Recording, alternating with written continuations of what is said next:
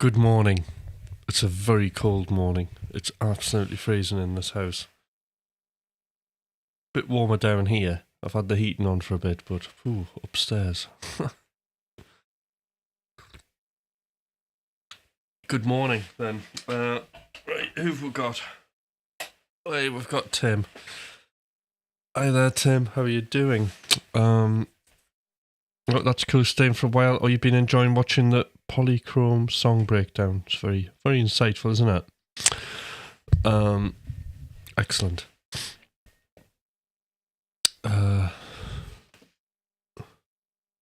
Talking about songs, I was writing another new song yesterday with the missus. Hi, Graham. Yes, it is. It's 2 degrees. Still cold, isn't it? Feels like -2, though.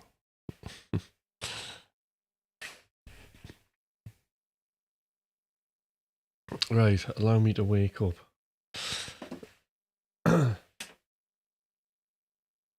So literally, like with this stream, I wake up at 6, and then I aim to get on here for 6:15.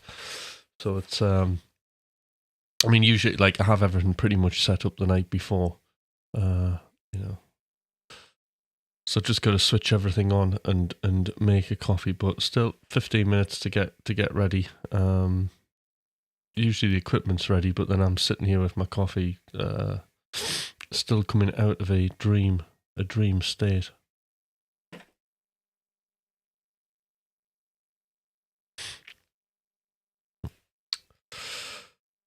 So yesterday was a good stream yesterday on Sunday. I was talking about basically how I practice and the two methods of practice, purposeful and deliberate, and how we want to be 100% of the time, I think, deliberate practicing. But, if anybody missed that, it is there to watch. So, like, for playing guitar, it'll give you a good look at, like, how to do your practice. And also, I do my wins, problems, and opportunities. So whenever I do anything, I'd always do a wins, problems, opportunities. And so I'm constantly developing, And just really simply, always do your win. So I'll free write what went well after I do something. I'll write down then what the problems were, and then I'll try and come up with solutions for every problem. Hi, Stallion, how are you doing? It's very cold here.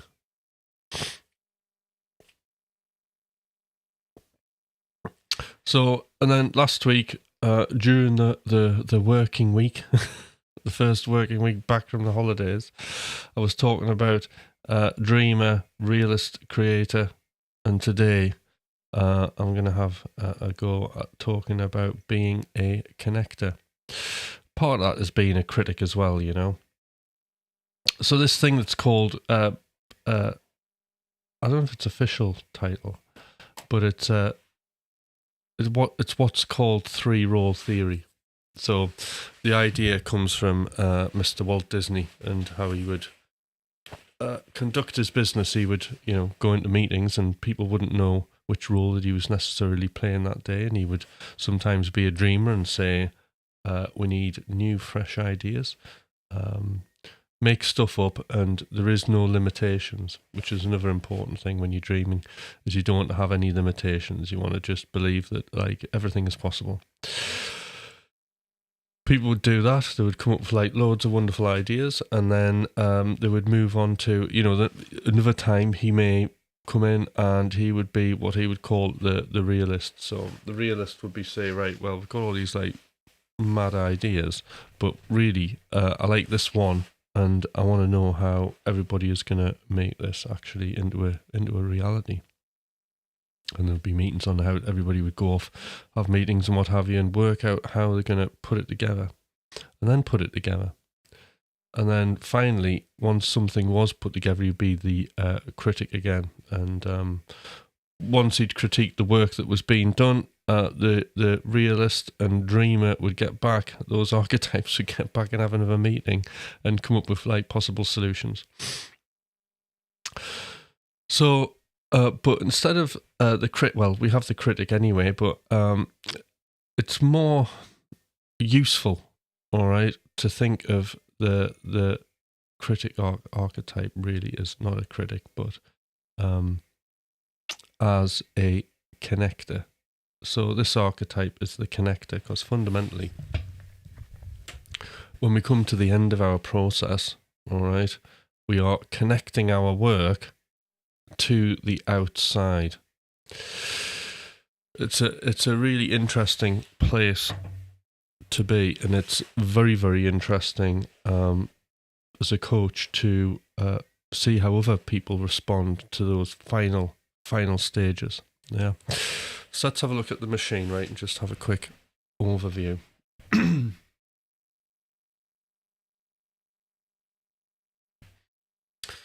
Oh, booted up. All right, Stallion, you're in the car. Had to travel. That's okay. I'll be as descriptive as I possibly can. All right. So anyway, we're getting the machine up. All right.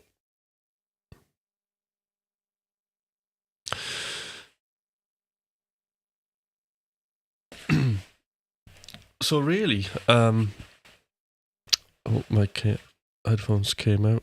2 seconds. All right. When we're looking at the machine, it actually mirrors back the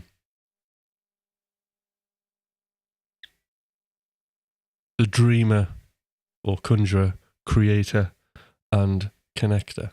All right. So when we look at it, we've got the columns now. Ignore sketchbook and ideas, but splurge, discovery, draft, done. What we can see is that the process is going from divergent thinking, everything is possible, and then we're coming down the other way as we go through drafting and done. Things are usually becoming more clearer, more convergent, more, all right, okay, in order to finish this, it's a yes or a no, okay?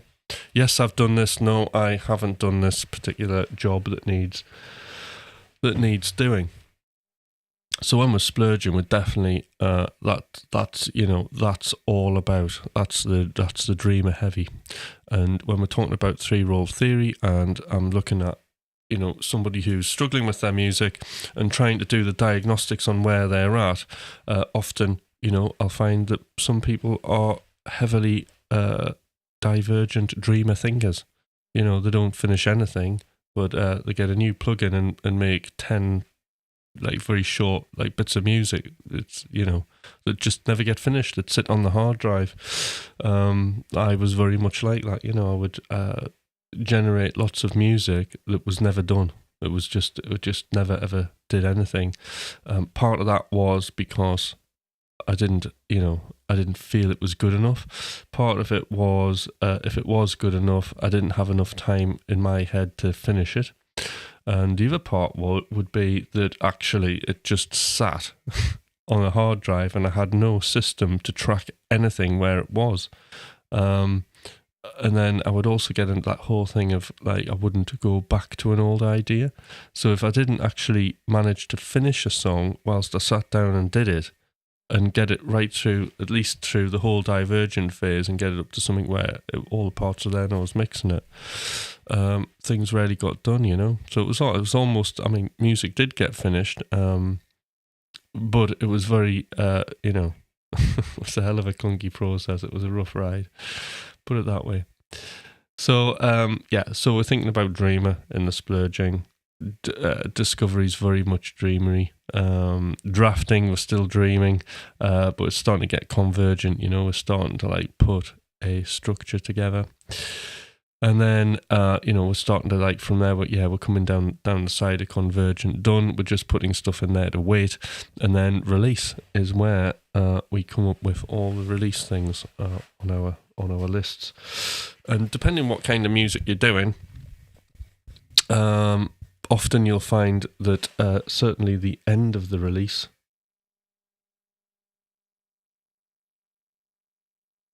Right, yeah. Gramps, I'll be with you in a minute. So when we come down the other end of release, then we have things that are more concrete binary decisions. So I'll just see Gramps' comment there. 2 seconds. All right. Okay. Good morning, Gramps. How you doing? That screaming young lady vid had a comment. Sometimes a metal song writes itself. Actually, it's funny you should say that. Talking about screaming ladies, my missus was writing a song with me. She literally like appeared from nowhere. So I was messing about with XLN drums, and I just like this loop came out. I was just like, when there's a section that's electronic drums right on the plugin, I just pushed that, and the drums, it just started doing things. It was doing this really cool distorted drum thing that had like a melody to it, and then she just like appeared and started singing and went, "You'll have to record this," and then everything was set up, and then it was like 0 to 1,000 miles an hour, and verse, chorus, structured song was done very quickly. But obviously that was a splurge, and I must admit it. Like when I'm writing with her, it really is like very much Dreamer It's very divergent. Everything's coming together very quickly. Interesting enough, the things that you should experience in that early Dreamer writing phase are chaos, speed, excitement. And these are all sort of conditions for flow as well. This is what will get you flow, though. Experience those things. Time dilation. The feeling that you aren't making, or decisions are effortless. But anyway, Tim, yeah, do you want, hi Zed. Tim, do you want to ask a question? So, yeah, I'm here to do a quick tech question. Anything to save you from YouTube searches. My Mac only has 128 gig internal drive. I have an external SSD. How and where do I save all of my Ableton projects on the SSD so I don't have to fill my internal drive? All right, yeah. So basically, this is how I used to run it. Okay. So I used to make a lot of music on the move with the laptop, and I'd have an external hard drive, just like yourself, very similar setup. And I probably had 128 gigs, maybe 256 gigs of. Anyway, it wasn't very much, okay. And the way it used to work, hi Des, is that all my programs used to sit on the Mac, and the plugins and all that kind of stuff. But as you've said there, the projects would all sit on the external drive, and basically it would have its own folder. So I'd just have a folder, Butch tracks, and that's how they would go in. I mean, obviously the way that I store music is a bit different, because I have a folder, and then I have basically splurges, and then I have release, and that's it. There's only two things, and then the machine handles everything else. So when I'm looking at the machine here, even though it says splurge, discovery, draft, done, I used to have folders for each track, and then I'd move them, but then it just ended up I was spending loads of time moving folders. So just everything sits in a splurge file, or whatever you want to call it, and then I have a separate release file. So when something is released, I move it then. And the reason for that is because when I release something with Ableton's really good at you can pull different tracks from different projects into a project.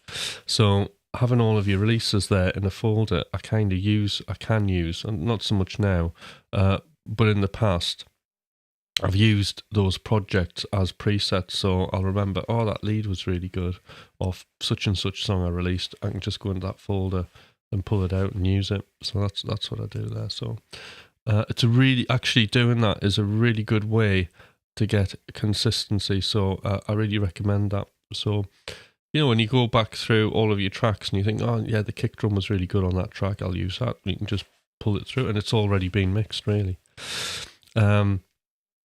One of the reasons I don't really do that now is because all of my music making is pretty much live, and I'm playing guitar. So one of the drawbacks of doing that is because I'm playing guitar, I'm really funny about latency.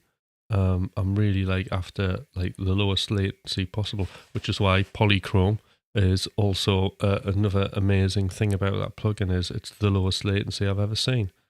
The neural DSP stuff has a really high latency. Some of their stuff has like 1.5 milliseconds. So if you could imagine putting 1.5 milliseconds on your tracks, it's like the latency is like adding up and up and up, and it's not been long before, it's out of control, really. So yeah, their plugins need, can be quite latency heavy. So keeping the latency down, that's important. How did I get on the latency? Oh yeah, because I was talking about. But the good thing is like you can pull your different tracks. So I hope that answers it. Oh, good, it has. Good to see Des and Zed on here. Stallion.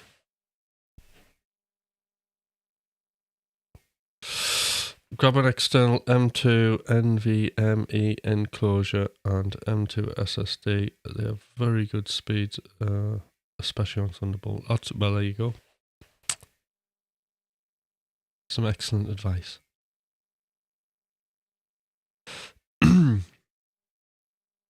Right, where was I? All right, what guitar? Well, it's an audio interface. So me and Thomas did a swap. He needed more input, so he's got my PreSonus 2626, and I've got his PreSonus Quantum 2. Both are extremely good, and very, very fast latency. So the good thing about PreSonus stuff is they really aim for low latency in their audio interfaces. I mean, it's rapid. So that's why I go for the PreSonus stuff. Low latency. It's good ADA converters as well. It sounds clean, which is what you want.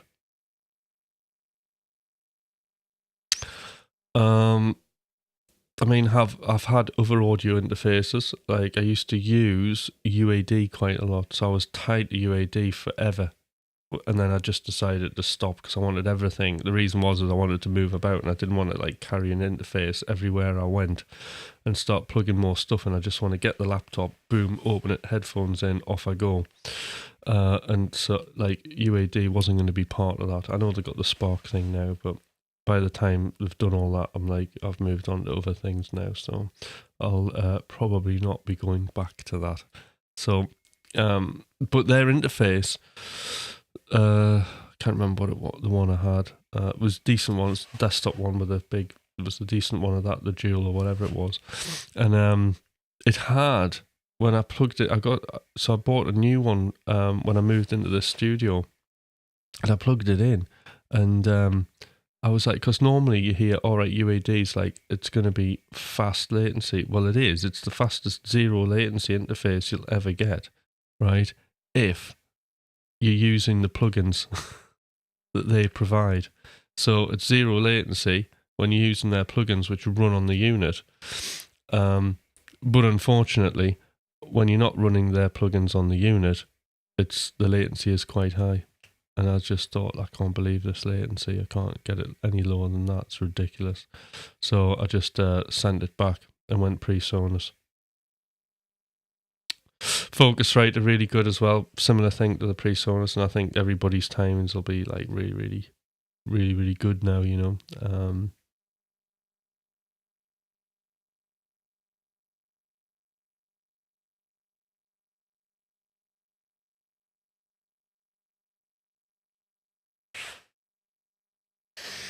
Yeah, so Zed stuff, well worth checking out all of his music.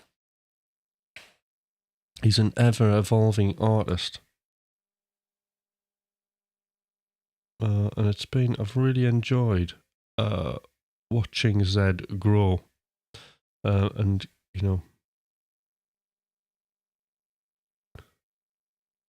So, most of the cloud storage servers have a free tier also.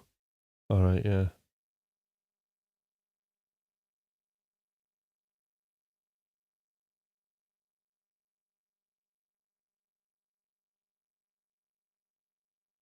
It's funny. I struggle with using clouds because it's doubling up the data, isn't it, on your computer and your drive? Anyway, but yeah, I'm a bit like lost with clouds. Anyway, what was I saying? The connector.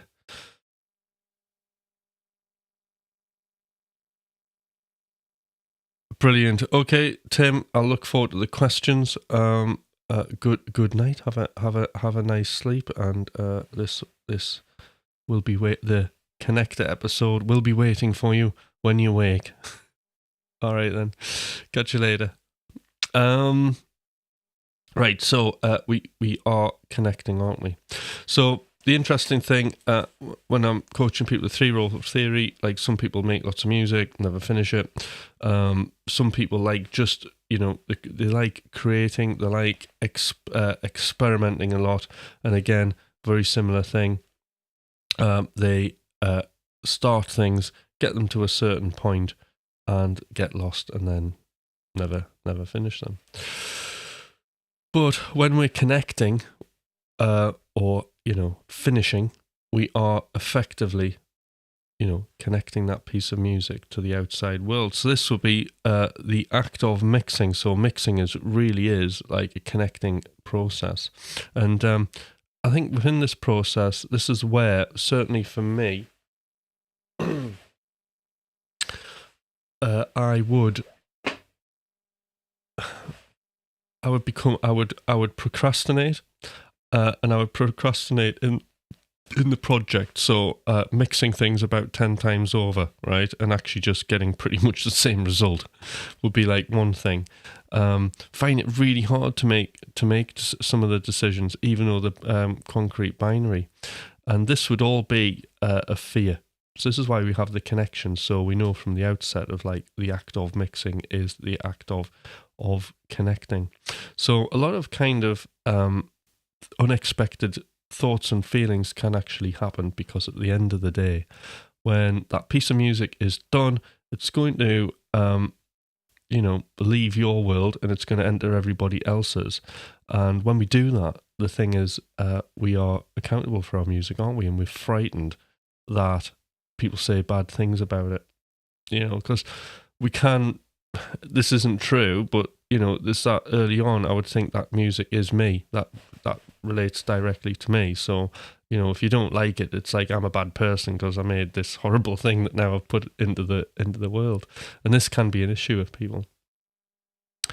Obviously, that isn't true, and Rick Rubin's got this great new book called The Act of Creating. He talks about this. What we need to do in that connection phase, one of the things that really, really helped me as a connector was to disengage from that music.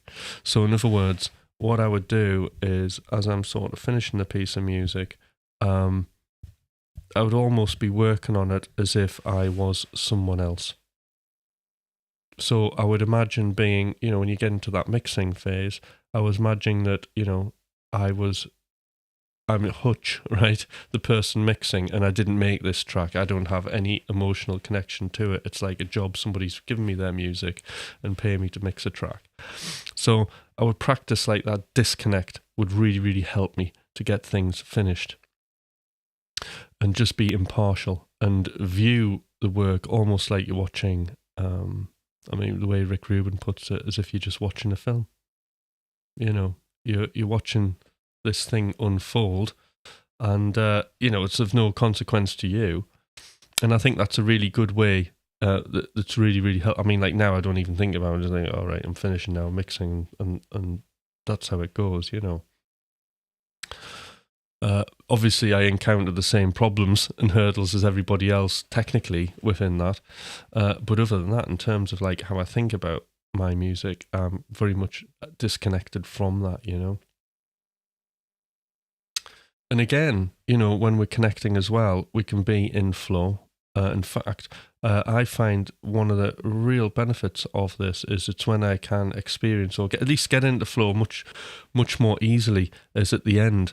One of the conditions of flow, and if, nobody's sure what I'm talking about when I'm talking about flow, it's the state that you're in basically when you experience time dilation. So you'll be doing an activity and you're really into it for like 2 hours and it feels like half an hour. You'll feel like decision making is effortless. You'll feel, embodied in the activity. So, it's a really good, those convergent concrete binary tasks can really get you into that state. And the reason to get you into that state is simply because they're measurable. So there's an end goal and it's quite clear. So the objectives is really clear, which is one of the conditions. And also what you'll find is usually it's broken up, when you're mixing a track, it's broken up into tiny little areas, all right? And each of those tiny areas, there'll be like a skill to challenge, what's called a skill to challenge ratio. It's usually you want it to be between 4 and 7% out of your comfort zone. So and that's really important, the skill, because like with a skill to challenge ratio, right? If the skill to challenge ratio is too low, or in other words, it's not existent, all right, you'll just get bored with something and not do it. If it's too high, you'll completely, disengage. I really experienced this on learning new guitar techniques. So I thought I thought I'll do some thumping, right? And honestly, it was just, I just thought, I'm not starting this. It's the bar is too high for it. I haven't got time to do it, But it's a skill to challenge ratio. So you want it. I couldn't break the task down into anything smaller because I know I just thought I'll have to give it a go. And the first thing I tried to do on it was just too difficult. So that would be a good reason why you go to a teacher actually to learn thumping, because that teacher will be able to lower the bar. And if they're really good, they'll be able to work out exactly where the skill to challenge ratio is in that student. So that's another thing. So this is across the board. So anything that you're doing, anything new that you're doing, you only want it to be 4 to 7% out of your comfort zone. Too high, you'll disengage. Too low, you'll get bored. How you measure it, I've got no idea. I just guess. But the fact that I'm aware of that has massively helped, to be fair. So yeah, that connection thing, you can get into flow a lot easier doing those jobs. But there's some really interesting things that'll happen when you're mixing that I have found.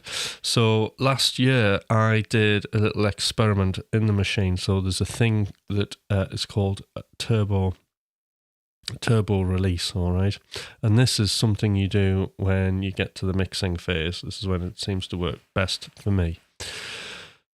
And what I'll do is I'll do very, very short sessions. I mean, you're talking like half an hour, all right? Could even be 10, 15-minute sessions on a track, mixing it. And what I'll do is I'll direct listen to the music. So if you don't know what direct listening is, it's just a technique of where you can listen to music without getting on board with any of your judgmental thinking, So it's literally, we're listening to music without judgment, which is very difficult. It's a bit like meditation, and we're just trying to absorb. We're not making any notes. That's really important. Don't make notes when you're listening, because if you're making notes, you're not listening to the music. Basically, you're doing something else.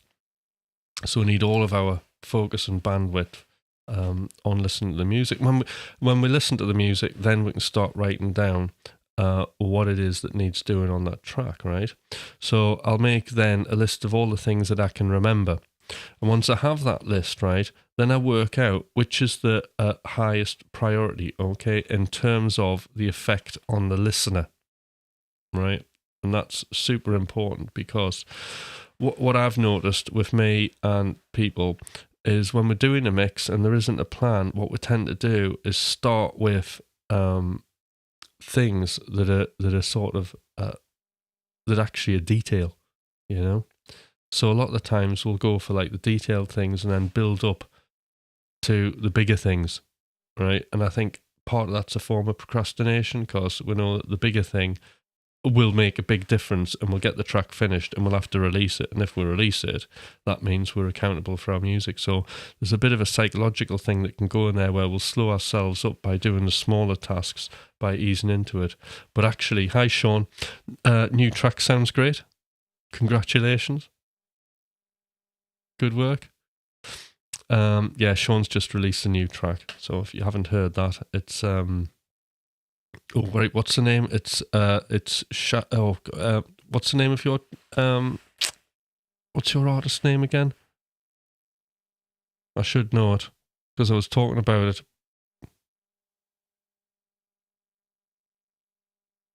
Phantom Shade, that was it. Phantom Shade. Excellent. Yeah, so it's really good. So I was listening to that yesterday. Gave it a couple of listens.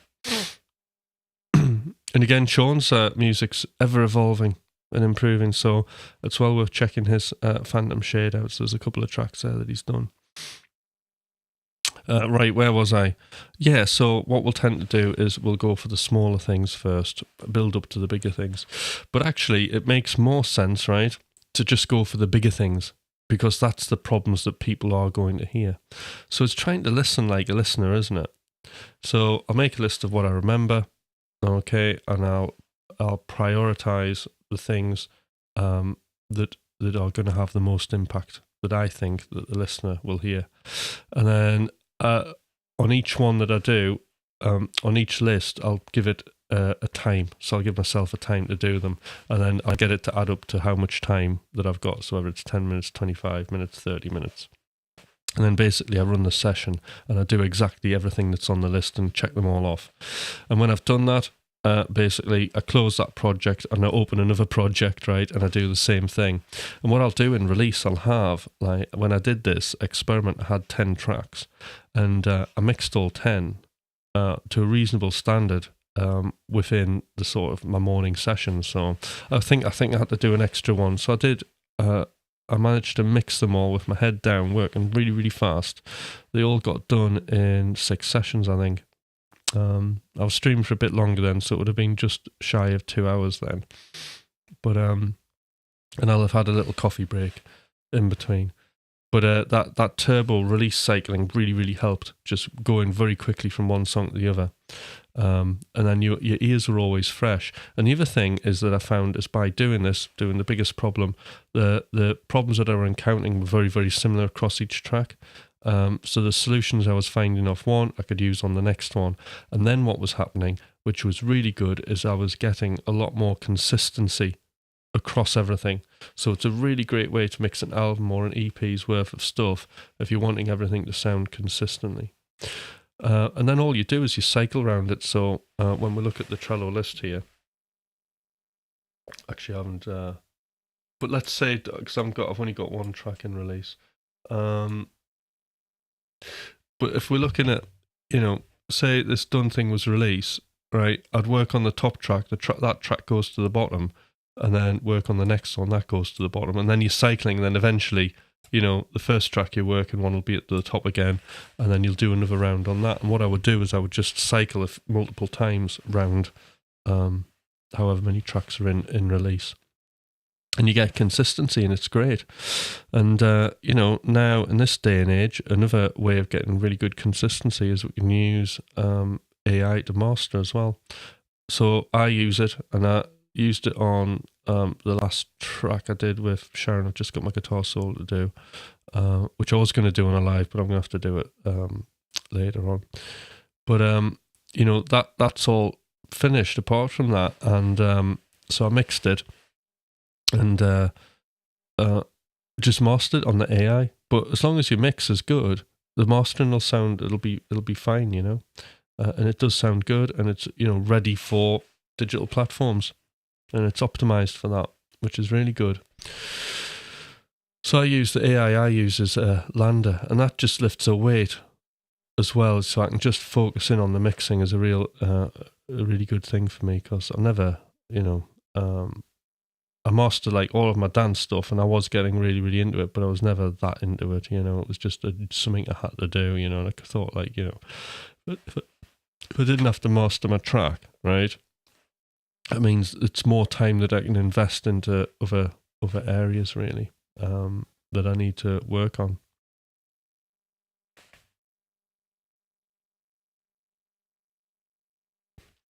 Right, does anybody want to ask me anything about connecting?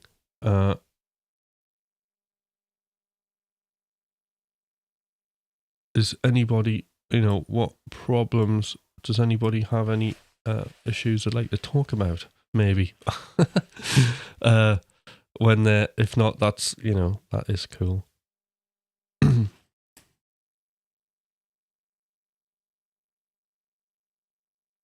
And I think the other thing is, how do we know when something's finished?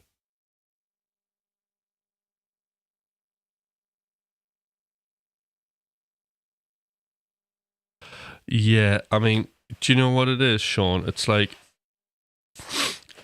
what I love to do, right, is, when you've mixed an album, is putting that entire album into LANDR, or there are other ones where you can just get it to master like an entire album body of work. It's great, and it comes out, and like everything's sort of got the same colour sheen to it. I get a lot of pleasure out of that, and you're listening to it, and you've got consistency in volume and tone between each track going into each other. It's brilliant.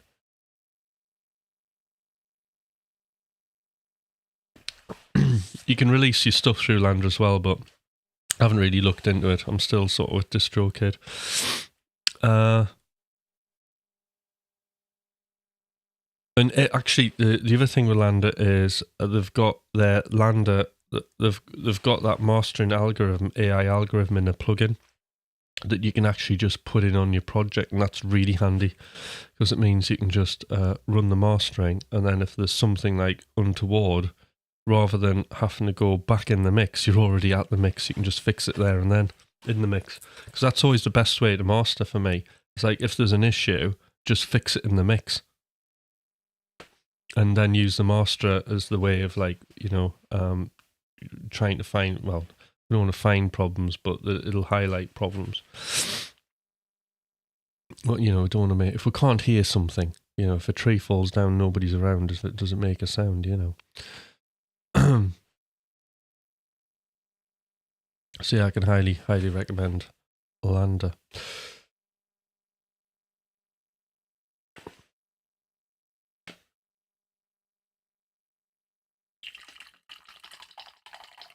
Coffee time. I haven't done the close-up, have I? Not to worry. Hi, Michael. It's going good. If you just got here, I'm just talking about three-roll theory again, and we're on the last little bit of it, and that is the connector.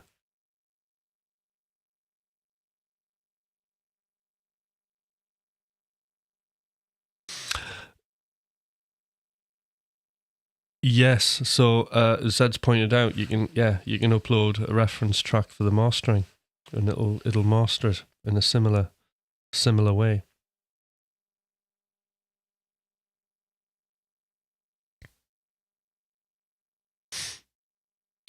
But I mean, LANDR have something like, what I heard is they have like 60 engineers working on the algorithm all the time, making it better and better.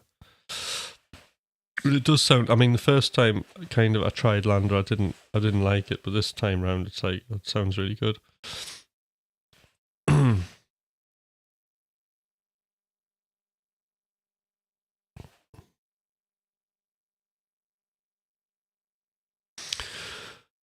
So connecting isn't necessarily just doing the mixing though. So this connection changes for me quite dramatically. So the machine has almost taken on an entirely new meaning towards the release end of it. So you probably heard me talking about this before. So I've finished one of the tracks. I've got a number of tracks actually done now that are going forward into release. In fact, I think they are in release. Let's have a look. We've got done, right. So these are meant to be. I've just got to make the decision on these going. I think they're all going to go into release, if I remember rightly. But they're going into release now. Before I even get to the actual mixing of it, so what I'll find is when I'm making electronic music, right, the thing is sounding pretty okay, and when I get to release, it's literally just the mixing I've got to do. With this, where I'm playing live instruments all the time, it's a different ball game, because one of the things you need to be doing right early on in the machine, in your creative process, right, is you want to be divergent thinking. You're right, everything is possible, okay? But what you don't want to be doing is designing too heavily into ideas. So initially, when I'm recording a guitar or bass or whatever, all I'm thinking about is playing it and getting it to about a 70% mark, okay? So I don't mind mistakes, as you've heard me said before. Mistakes are, this is what I have to keep telling myself as well, right? Mistakes are a hidden intention. So if there is a mistake, it's fine, as long as I know what it's meant to be, like my scruffy handwriting, okay, then that's okay, and I can move forward in the process. Because at the end of the day, what I'm trying to do is I'm trying to build a roadmap of how this song is going to be. All right. All I'm really concerned about is getting as many ideas down as possible early on. So after, once I've done my splurging and created lots of ideas, I'm going into the discovery phase of it. I'm then creating more ideas with that idea, and then drafting. We're doing a structure, and in drafting, all I'm wanting to hear is like how these sections can possibly work together, and how that will serve the purpose of the story, the arc of the song. And then basically, when I have that, I can move it into done. If I make the decision to release it and it's in release, then what is actually now happening is I'm completely gutting the whole thing. So early on in the machine, I have things that you've all seen, the guitar bass, right? Now, that instrument is absolutely brilliant to splurge on, because it's so, like, it's just inspirational, and it's like a real fun thing to do, to just play 3 instruments all in one go just on your guitar, right? And this, when you're sitting in the room, it's like you'll be able to hear it on there. It's a big sound, you've got 2 guitars wide panned, and you've got like another guitar that's like an octave below with like a sub generator on it to try and make it sound like a bass, even through a bass amp as well. And it sounds great, and it's easy to sort of come up with like different riffs and things like that a lot of the time. So that's great. But actually, when you and it's great to write with, because you can quickly put ideas together, and you're moving 3 instruments around and all this sort of stuff. But when you get to the end, it's not quite up to something that's releasable. The bass isn't a bass, and it sounds a lot weaker and less detailed, because it's got like a lot of digital artifacts on it with the pitching that I use. So it really is, it's a bit of a hack when you get towards the end. So for example, anything on the song I did with Sharon, when it came to that release phase, the first thing I had to do was re-record the 2 guitars separately, left and right, playing the riff as you would, and then I had to program the bass, which I used Groove Bass, so it ended up 3 separate tracks and 3 different performances. So in other words, the release is almost like dragging a band into a studio now for me. The drums had to go back to the rough drum. I just had a drum loop that it was literally the same thing copied all the way through with a few parts muted off. In release, the way I was thinking about it is, right, we'll put the proper drums in, put proper dynamics into it. I'll have to bring in the session live drummer, because I had to put some live drums on the new track as well. And so there was within release, there was another development phase, but the only difference was between that and, I suppose, splurging, was the fact that I had a clear roadmap from done of what the track needed to be. Okay, so it was just really enhancing that version. Having said that, other creative options that came along, so there's like other parts that were added to it, also happened in that release phase. So if suddenly, this will be a really cool idea now, I can hear it, and let's do this. It could be a new section. You could splurge a new section in release if that track needed it. In fact, the beauty of this creative process is anything can go anywhere. A track, you could have a track go from draft back into discovery, because you find when you're drafting something, I haven't got enough sections.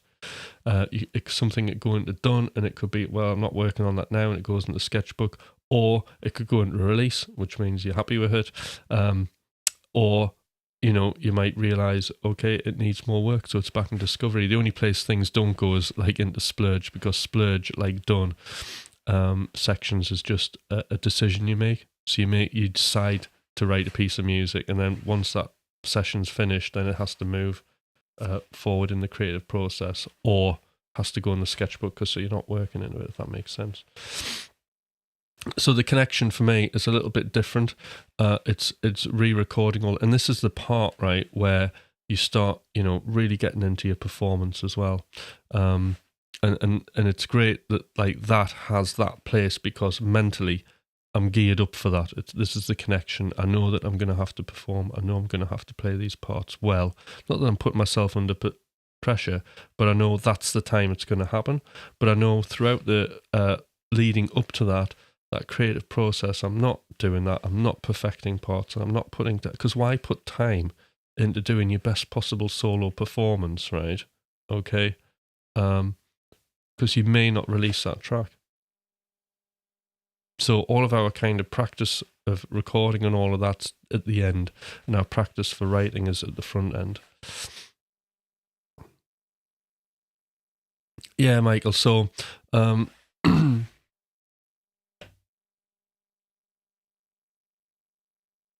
Michael says, laying down a skeleton, writing things down has been great for me. Yeah. And another good one, picking my sounds before I do anything. Absolutely. So it's really good. So in my template, I have like a set of course sounds which I stick to, and because I'm doing the guitar thing, and because I have the guitar bass thing, really it's only, you can't really play chords on it. So you're stuck with like sort of just playing riffs, and that's a really nice creative limitation. So when I'm on that instrument, there's only certain things I can do on it. So you have to think differently to how I would normally. And what we find is that, the less options you have, the more creative you get.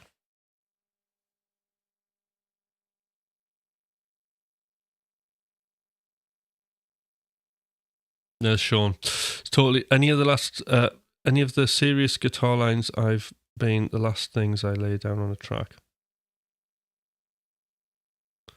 Maybe I'll record a few ideas as I go, but that's just for reference. Yeah. So, if you're not sure, you just put something down. This is where the solo goes, and I'll just do something improvised, and then just let go of it. And sometimes, actually, when you're doing a solo, you just get it in one go, and it has the energy.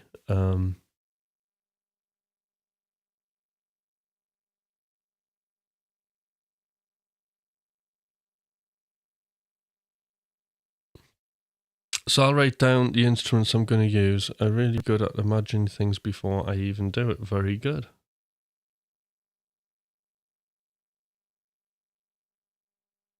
And it is good to sort of do that to a point, if you've got something to work towards, and it doesn't necessarily have to be sort of instruments, but a lot of the times if you go into writing a piece of music and you have a story, okay, or like what I do is I actually have a story that I'll use all the time. So if I'm stuck, I've got a beginning, middle, and end, and I'll start splurging ideas to that. And what I do is I think about the character in the story and the emotions that they're going through, and try and reflect that in a splurge. So using a story is a good one as well. Having your instruments is, yeah. So the good thing about having a template with instruments on, so there's a thing I call beats plus 3, okay? And what happens here is you've got your drums, bass, guitar, and some sort of other, mid-range instrument to play chords on. That's the basic thing. I mean, and then you develop that into your sound, and that's the starting point. But a really good way of thinking about it is when you're thinking about instruments that you're adding to a project, is sticking with the same instruments, but treating them like band members, and then you're upgrading your band members for different things, So you might have like a bass part, a synth bass part. You're thinking, right, well, this could do a little bit of like delay on the top end of it, to make it more interesting. So I'll give the bass player a delay pedal.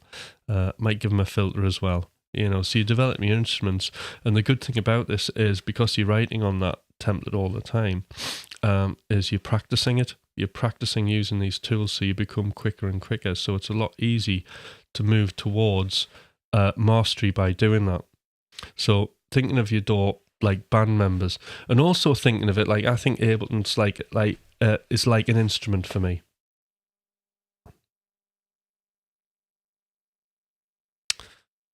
And that's been massively helpful. And the other thing is, because you're sticking with the same instruments, but you're adding things to them as players, the sound's developing. Okay.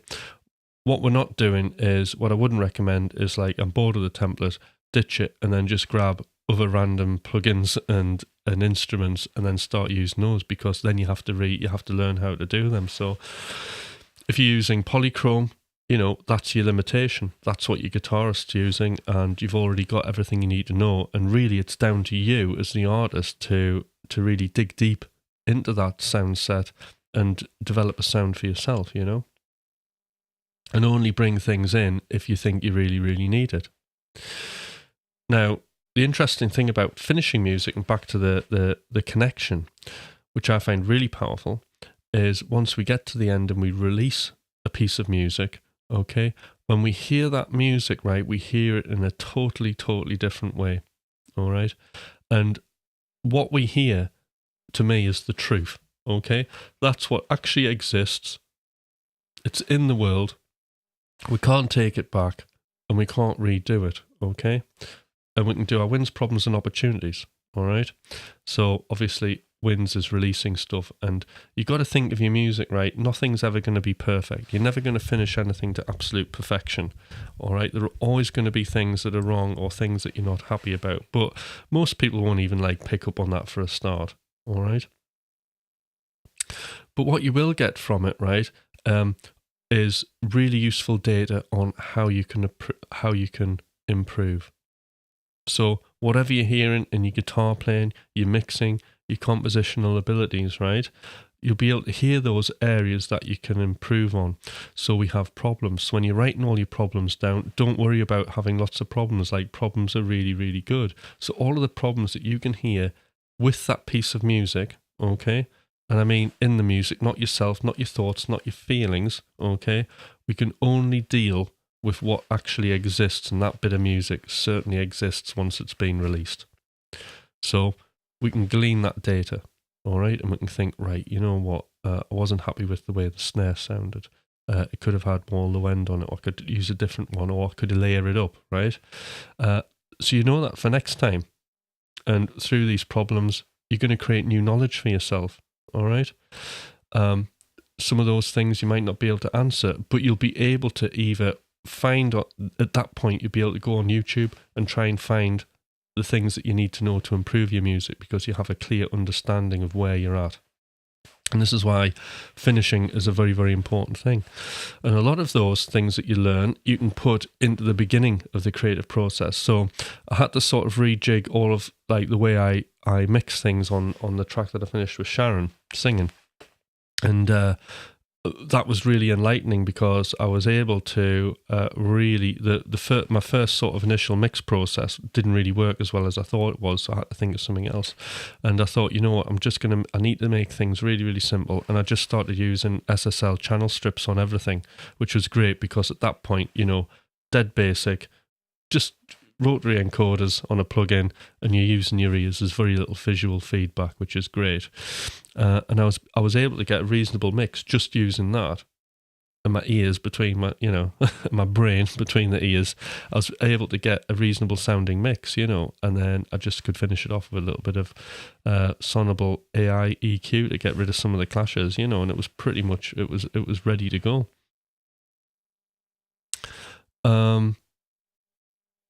But yes, so a lot of the things, you know, and then I realized, because I'd finished that mixing now, all the things that I did that were low latency, all right, that weren't CPU heavy, I was then able to lift out of that project and then superimpose onto my template. So like now, you know, when you look at what I've got here, this is all informed by having finished a piece of music. You know, it's so when I open the kick here, it's already got the EQ kind of on there, and a bit of compression and stuff. And that's just a general thing that, when I push any sort of like kick through that, it's going to sound all right. It's got a little bit of boost, so it's, so each track has a tiny little bit of like mixing done, so it sounds good by the time I start, so that's like coming from having finished something. Brilliant way to explain things. Thank you, Michael. Yeah, you have to learn over again. It's best to use music in sculpting type of thing. Yes. So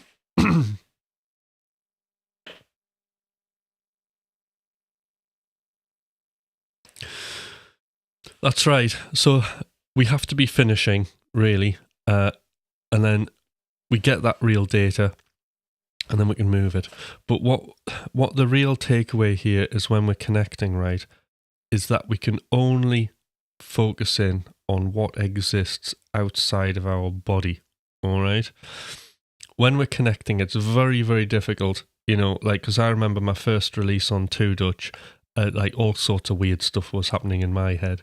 I did a bit of music. I knew it was good. I sent it out and I got loads of label offers on it.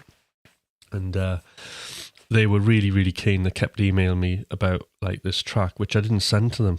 I was like sitting on it for weeks, and then eventually I went, oh, I'll have to send it to them, But it was the weirdest thing that I was going through. And what I was going through is, I was listening to the music. They thought it was good. I didn't think it was good. But when I was listening to that music, I wasn't listening to the music.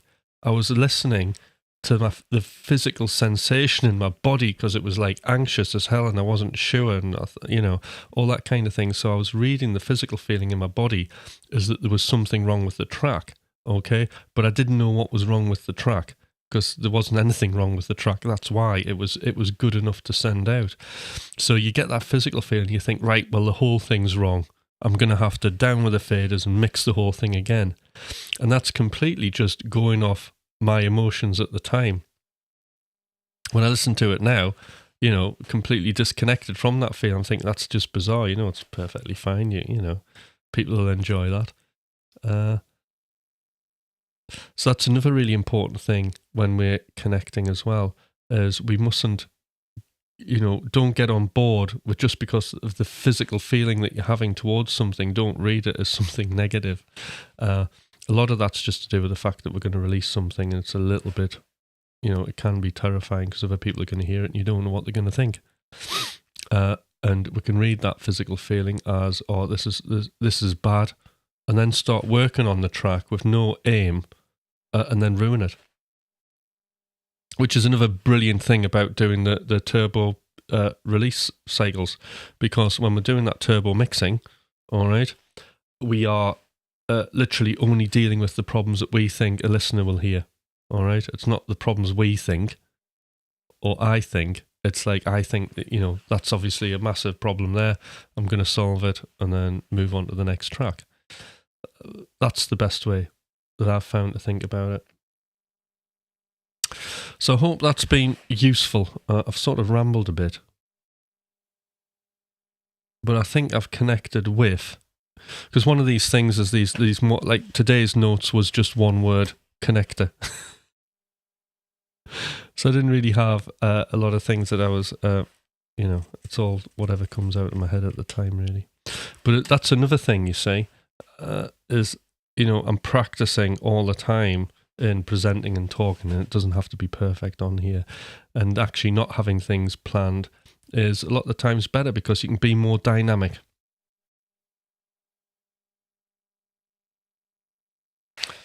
Right, Michael's going to figure it out during the experimental phase. That's great. Excellent.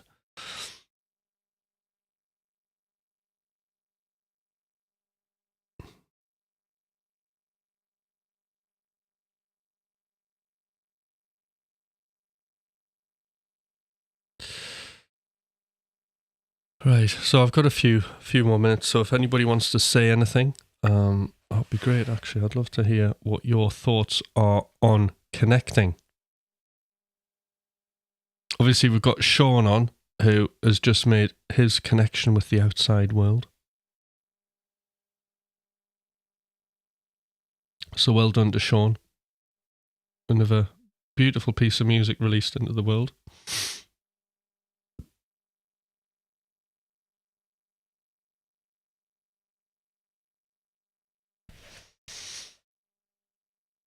I mean, the other interesting thing that I used to find is when I was signed to my publisher, which happened again, that happened really early on out of nowhere. It's because I've been working with a singer called Karen Harding, who ended up at the time, she ended up number 7 in the UK charts, right? So she was top lining loads of my tracks. Which obviously, when she got like super famous, I couldn't release any of them with a voice on. The label stopped that. But anyway, what it did do is it created quite a bit of interest for publishing for me. So I got a really good publisher out of it. And what I would find is I would write loads of music, right? I was dead keen on like just getting loads of singers on my stuff at the time. And this publisher was like good at doing that.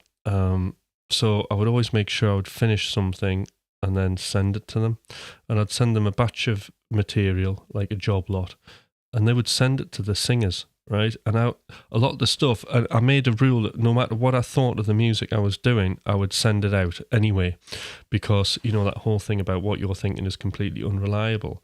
And I was just working off the assumption that like, okay, what I think doesn't really matter. This now belongs, and this is the truth of it, this belongs to the world now. It doesn't belong to me. And it's up to other people to either love it or hate it. So based on that, I would send like loads of stuff to the publisher, and the publisher would send it to the singers. And literally every time, the song that I absolutely hated, that I hoped no one would like, this is weird, and wouldn't sing on, all right, would always be the ones that they love. And then people would say, oh, this song is absolutely amazing. I had such a great time singing on it. It's absolutely perfect for what I'm doing. I'm thinking, what? And then I'd have to work on it. And I think, all right, okay. So that was a really good way of disconnecting what I thought. So I'd end up working on music that I didn't think like I particularly liked, you know. But that's the thing. It was all about what I thought emotionally, which was just completely the wrong data. Because you get that anxious feeling, don't you? And you get those thoughts about the music. And it's based on you and your feelings, not based on the actual music. And I hear the music back now that I did, right, with those top liners, and I think it's like it's really good. That's all right. I'm glad they kind of, you know, picked up on those tracks. So it just shows you, as an artist, our thoughts and feelings are totally unreliable. Really unreliable. And this is what I always say about the whole, you know, the dreamer state. In fact, any sessions I do, right, whatever I'm thinking, all right, and feeling, you know, those thoughts in the moment are totally and utterly unreliable. And the mad thing is, in Rick Rubin's book, The Art of Creativity, he says exactly the same thing. And we do need to like do the session and then move away from it and then come back to it renewed. It happens all the time.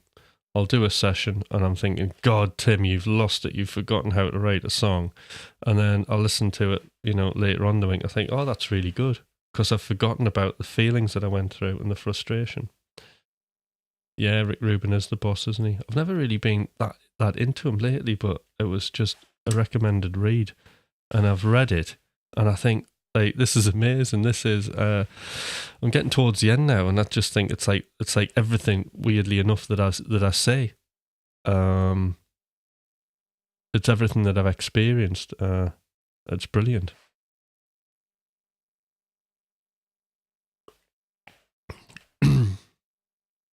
It is my creative process, that book, you know.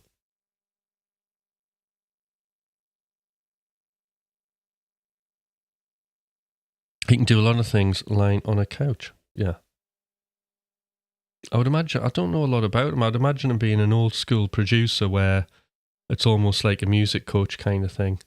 He's not necessarily like doing lots of magical things, working reverbs and things like that, but he's there to ensure the consistency and that the artist is doing their best performances in line with what the expectations are of a label.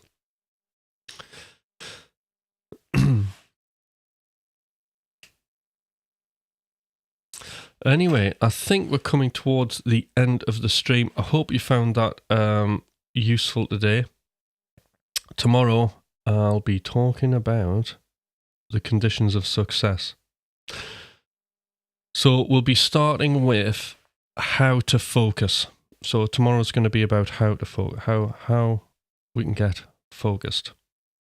Very important. It's like the first thing you do. But there's a series of about, oh God, there's like 11 things I've got here. So Tuesday we're going to talk about focus.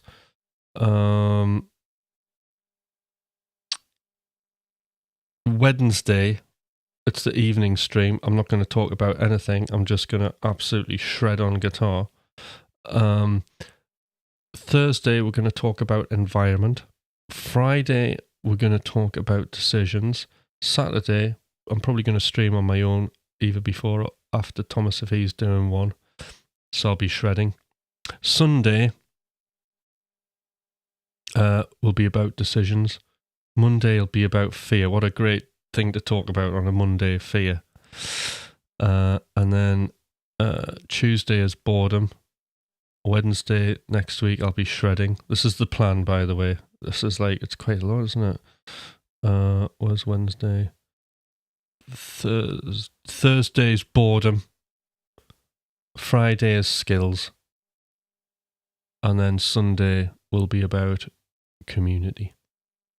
So that's the plan for the next sort of coming week's streams. Something like that. I may have to do a little bit of a splurge in between all of these. But I hope, do leave a comment and, a like or a not like if you don't like it.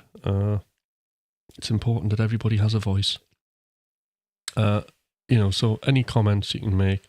I know this is a bit different. Normally people are coming on here and watching me do stuff on the studio, but I've decided that, the direction I'm moving in just for a little bit for this month is very much talky and trying to just unload some of the insights that I have locked inside me, basically on YouTube, and do it live so you can hear it, so it's dynamic, so I can, get feedback from you guys and you can ask me questions and maybe, because I've always wanted this channel to be a resource, so I'm really pushing that resource thing. The other thing about it is obviously it's all free, which is great, but if anybody here wants to take their music making further and wants me to coach them through a process, then you can join my regular coaching group.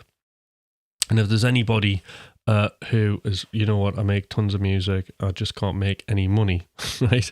Then I have another special group that I'm starting on next month, and it's already got 2 people on it actually, but it'll just be a group of 4 people, so I only need another 2 places for that. And there's a third coaching group actually starting as well. So if you're interested in any of the coaching options, you can just the email's there. Just email me. The regular coaching groups, which is brilliant. You learn the music machine and all that kind of stuff. That's $200 a month, and you get 2 hours of my time every week in a group of 4 max. So it's really good if you want to go down that option, and it just means you're not on your own anymore. Because this is the thing. My manifesto is taking people from isolation to aspiration, and there's nothing more being aspiring than being in a group of other like-minded producers who are going for the same goal, and it's great, and you get to hear the challenges that other people are going through and how they're overcoming it as well. And I take you through some music making games, exercises that'll be very revealing to your creative process and show you what you need to be practicing in order to move forward. So that's what that's about. Or in other words, you have me and a group to do the walk with you as you go through the creative process, and you release music. So, I mean, in the past, before I got coaching, it was an incredibly isolating and daunting experience just being on your own, right, as a single producer. It's like being a single mom, isn't it? Being on your own, right, with nobody there, no support, and then just all the stuff that's going on in your head, and trying to finish music was very, very difficult for me. And when I got coached, it was great just to have somebody there that I could talk to talk about what I'm going through. And the the thing I realized was the problems I had, because I thought my problems were unique to me. I was thinking, God, this is, there's something wrong with me here. But then when I realized everybody else is just having the same problems, and the problems are good. The problems that I'm having are good problems, because we always have problems. Everybody has problems. And that we solve the problems, we create new knowledge for ourselves, we exchange shitty, horrible, creative problems, right, with much better creative problems. So that's really the top and bottom of it. So anybody who's interested in the support of a coach, give me a shout. Other than that, you've got the channel. I'm trying to document things in some sort of logical order. So we've got the Dreamer Creator Realist there now. So anybody who wants to watch that back, they can watch it. And if you have any questions of previous videos, feel free to ask them in other up and coming streams.